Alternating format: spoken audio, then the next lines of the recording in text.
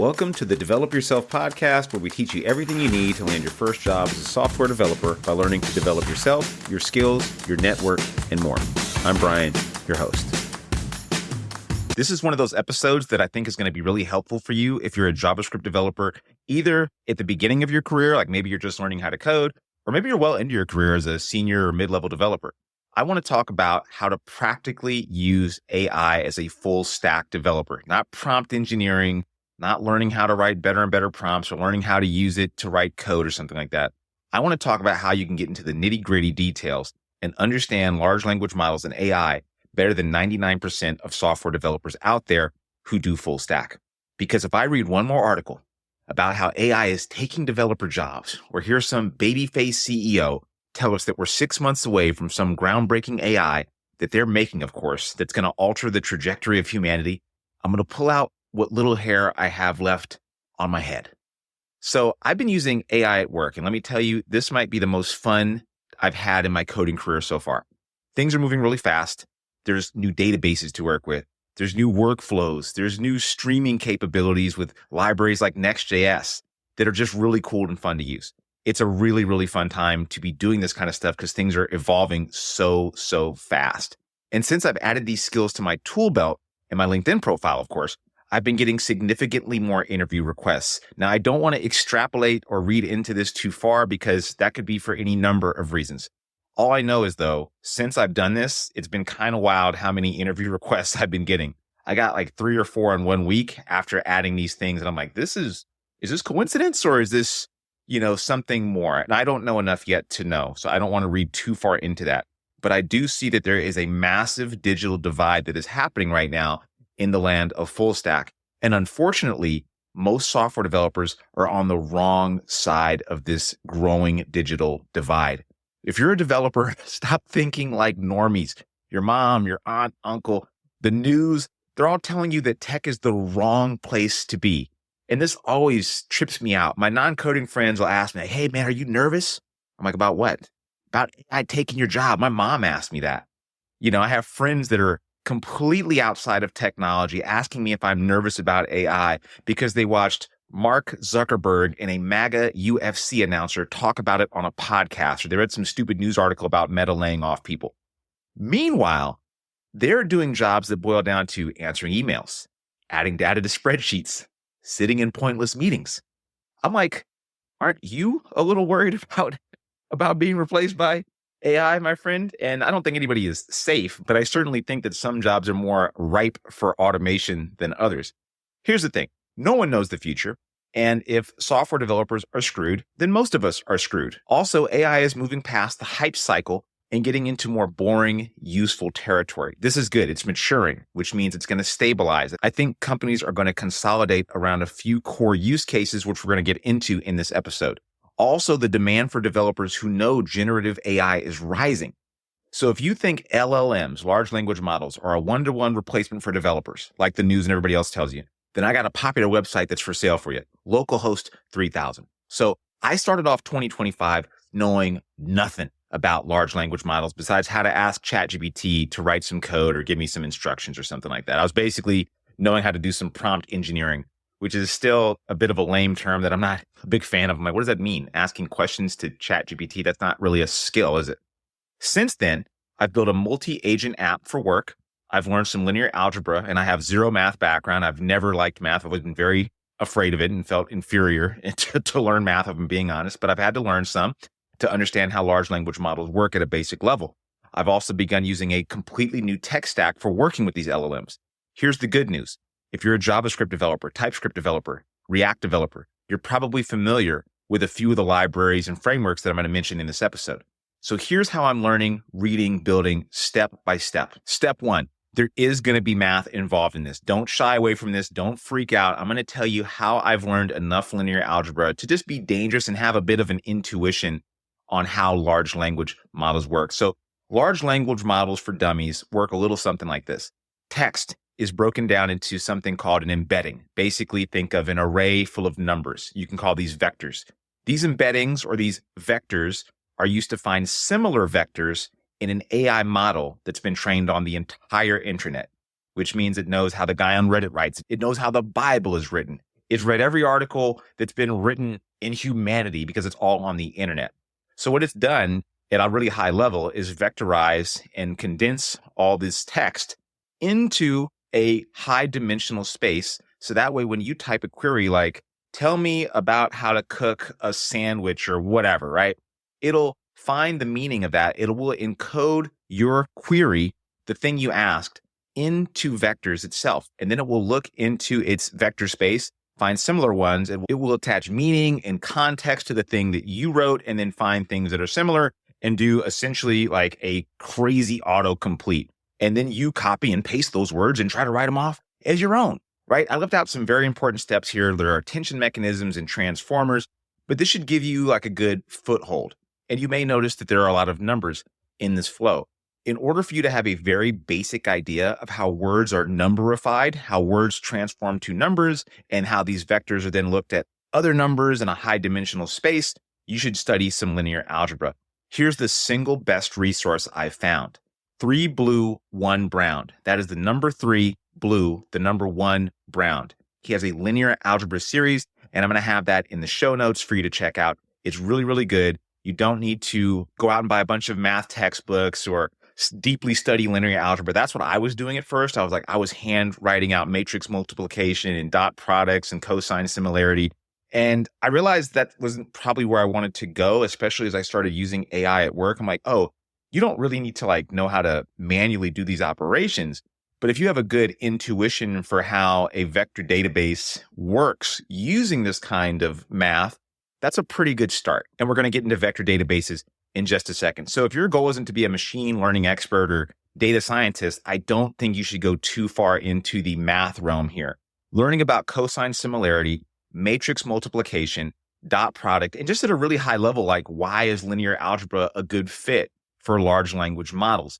This will help you get a mental model for how words are represented as numbers and vectors in a high dimensional space. That phrase I keep saying over and over is going to become a lot more clear to you once you watch some of those videos and do a little bit of studying. You're going to say, oh, now I kind of get it. And this is really important because the next step is using some really practical tools that are becoming super, super popular. So vector databases have become the unofficial choice for the AI era and RAG applications. Here's a big problem though. Most developers have never worked with them. By the way, RAG stands for Retrieval Augmented Generation. It's basically feeding a large language model some specific data along with a user's request so it can give them a much more detailed response. Imagine if you asked Chat-GPT to fix your diet, and it also had access to all the information about the food you've logged in some other app. That is RAG in a nutshell. So back to this vector database layer. This is interesting because Pinecone, which has really become the most popular choice for vector databases, is skyrocketed in popularity in the last couple of years. But if you look at Stack Overflow, very interestingly, there's like no vector databases on that survey that professional developers say they use on a regular basis. This means there's a big opportunity here to be first in line to learn something like Pinecone and vector databases and become not maybe an expert, but become somebody that's in a smaller class of developers. You can belong to a smaller class of developers that know this tool and therefore get more opportunities than people that have 1, zero clue it even exists, or 2, what to do with it. So we're going to learn what exactly to do with these things. Remember, I was talking about words being encoded into numbers, vectors, embeddings. I hope I haven't lost you. Come on back. Vector databases store text and they vectorize the value of that text. They turn all that text into numbers. Then you can search it with a query that is, as you probably guessed, also vectorized. Using math, cosine similarity, it will return similar vectors. So you type in Germany or something, and it looks at different vectors in that space. And maybe it finds World War II or Bratwurst or whatever. It finds vectors with certain similarity ranges. Anyway, a not so practical use case for using a vector database would be scraping the web for articles on like cooking recipes. And then somebody from San Francisco or something like that would write, give me the best donut recipes using gluten-free, non-GMO, fair trade, sustainable practices. Some nonsense like that, right? Some hippy dippy crap, right? And then this query would get vectorized and used to search for other vectors within the database that are similar based on cosine similarity. Basically, how similar are these vectors in my database? And it would then return you the top 6 or 10 or 20 or whatever you tell it to return. And then you can refine this further by re-ranking them. And finally, you can use those to give to something like Chat-GPT to give you a very, very unique answer. If you ask Chat-GPT this, it would probably give you a generic answer. But because you're using data that you may have in your vector database and you're pairing that with Chat-GPT, you can get a very customized answer. Now at work, we're doing this with procurement. Procurement is basically like, hey, I'm a big company. I need to buy human teeth for a dental experiment or something like that. You can't just find that with Chat-GPT.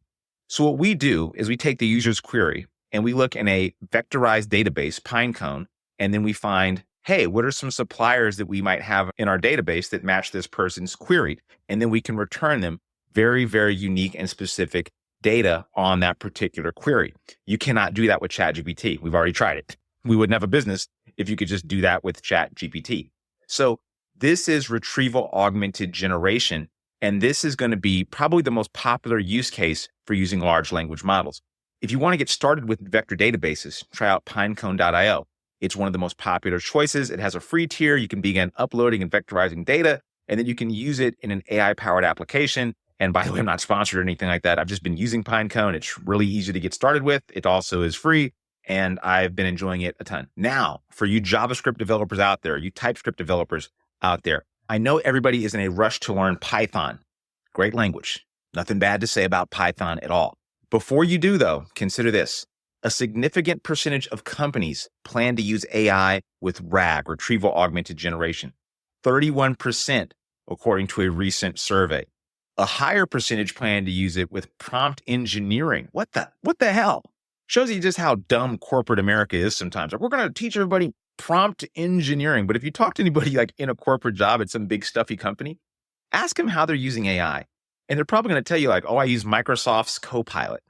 Lame, right? RAG is where you come in as a developer. And the nice thing is, if you know JavaScript and TypeScript, you're halfway there.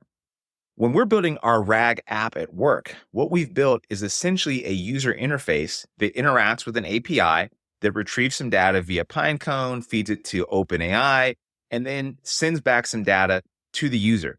Now, the interesting part on the front end is that we're using things like streaming. So imagine when you type to ChatGPT, you see the word stream back. You don't see them just come back as one big block. It streams incrementally, because when you have a large amount of text, it would not be a great user experience to wait for the whole thing to be done before you start sending a response back.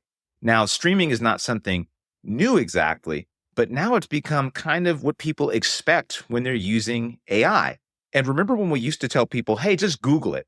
Well, now people are saying, just Chat-GPT it. The problem, though, is we have user interfaces that don't reflect the modern user's expectations. They expect streaming. They expect dynamic components. Think about this. If you go onto an airline site and you type up like flights leaving Oakland to Las Vegas next weekend or something like that, wouldn't it be nice, instead of giving you back a big, stupid list, is to provide you a couple clickable components that you could immediately get your flight from? That would be a much better user experience. That's kind of what OpenAI is doing when you use ChatGPT or something like that. You don't just get streamed back text. You can get streamed back text, pictures, tables, code, things that are more interactive that you can immediately use. That's not how the internet is really been built right now. When we go to most web apps, that's just not the experience people have. But Vercel, Next.js, and React.js are making this more of a reality. So Vercel has an SDK, a software developer kit called Vercel AI. Great name, right? OpenAI has an API that allows you to stream stuff. So now you can implement streaming really easily into a web app with Next.js, OpenAI, and Vercel. This is awesome. It's kind of a game changer. You can also stream components. You can also make components match to prompts and outputs. So when a person asks for something and you say, oh, that kind of matches this AI agent that I've created, and you can say, oh, when they ask this kind of question in this response, we know we're going to use this certain component, and you can stream that to the front end. So you make these user interfaces that look a lot more like what we're used to with ChatGPT. So this is super fun to do, and it's a lot of new stuff. And the other cool part about this is you can't just have like Claude or Cursor just write all this for you because it's too new. In a year or two, I think these tools will catch up and they'll help us work through all this. But right now they're so new that you kind of have to learn all this on your own, which creates amazing opportunity for those of us that want to learn this stuff. So here's a really cool project that I think you should use to get your hands dirty and really do this. Scrape the web, write something that scrapes the web, basically goes out, crawls around the internet and finds articles on a certain subject that you find interesting, or maybe that are from a particular author that you like. Upload this data to Pinecone, vectorize it, then create an API that accepts an article or a post that's written from a user, and then looks up similar articles in your Pinecone database. And then use the results from Pinecone to send to OpenAI to rewrite the user's post with those examples. And finally, create a UI with Next.js and React.js that supports streaming and maybe has like a chat-like interface or something like that that a user can type into and then get a streamed back response. If you want to take this a step further, you can create a nightly job, basically a program that runs on some interval, like every 12 hours or something. The program will go out to the web. It will keep searching for more articles and upload them into your database. And this creates better and better responses for your users. And then maybe you could even have your users specify which authors or data they want for your LLM to be trained on or go out and scrape. This is something you could probably even sell. Honestly, I think there's a lot of content creators out there that could get actual use from this kind of thing. In fact, that's what I'm building for myself because I write a ton of content and I'm kind of sick of having to write all the time. I've written so much content that it'll be really nice to have it all in one place, like a vector database, and then have an LLM look at those particular pieces of content to help me generate new content. Because I hate the way that Chat-GPT writes. It doesn't sound like me. It sounds lame and fake, uses rocket emojis and junk like that. Everybody can tell when you use Chat-GPT to write something for you because it doesn't sound human-like. It just sounds fake and cringy. So I'm building this thing using this exact flow right here. And if you do this, you're going to know more than 99% of full stack software developers out there. Now, as far for reading, there are 2 books that I'm going to recommend you read. The LLM Engineer's Handbook and Building a Large Language Model from Scratch. I'm about halfway done with each of these books. And the nice thing is, both these books come with GitHub repos that allow you to get your hands dirty and really write some code and understand how it's working under the hood. Now, I'm only 50% done with these books, and I don't honestly plan on reading the entire thing all the way through. I like to learn enough to get a good foothold, to get a nice mental model, and to feel comfortable and confident enough to talk about it on a show like this potentially, and then actually build the thing, because that's going to lead me down all sorts of interesting rabbit holes. Already, I'm learning about like, well, what happens if I have articles that are really big in length and ones that are really small in length? How does the vectorization happen or get affected by that? What if the article is so massive, I need to chunk it up into multiple vectors? Well, how does that work? How do I revectorize things if I go back and change the article? Is that important? Is that not important? You're going to encounter real world problems when you build real world applications. This is going to help you stand out not only in interviews, but give you something really interesting to talk about if you choose to learn in public. This is probably the best time to do this stuff because no one's really doing it yet. It's kind of shocking, actually, how few developers, especially in full stack JavaScript front end land, are doing any of this stuff when it's right at our fingertips ready to use. And because I'm so excited about this stuff and because I'm building it at work and on the side and learning all this stuff, I want to work with a group of 20 developers in a 30-day style cohort to upskill with AI. I know for a fact this will be a big game changer for most software developers. This is not for brand new developers or people that are just learning to code. If you want to do that, you go to parsity.io. But if you want to upskill and reinvent yourself as an AI developer, as an AI-enabled developer, I don't even know what to call this at this point. You need to learn these skills, just straight up, because if not, you're going to be left behind.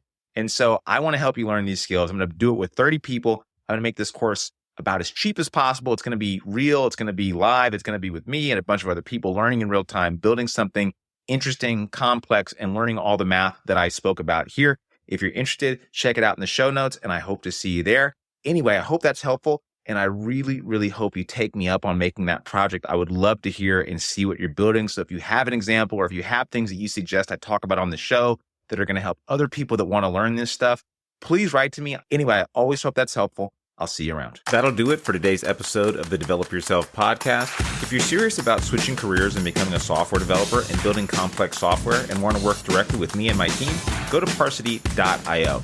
And if you want more information, feel free to schedule a chat by just clicking the link in the show notes. See you next week.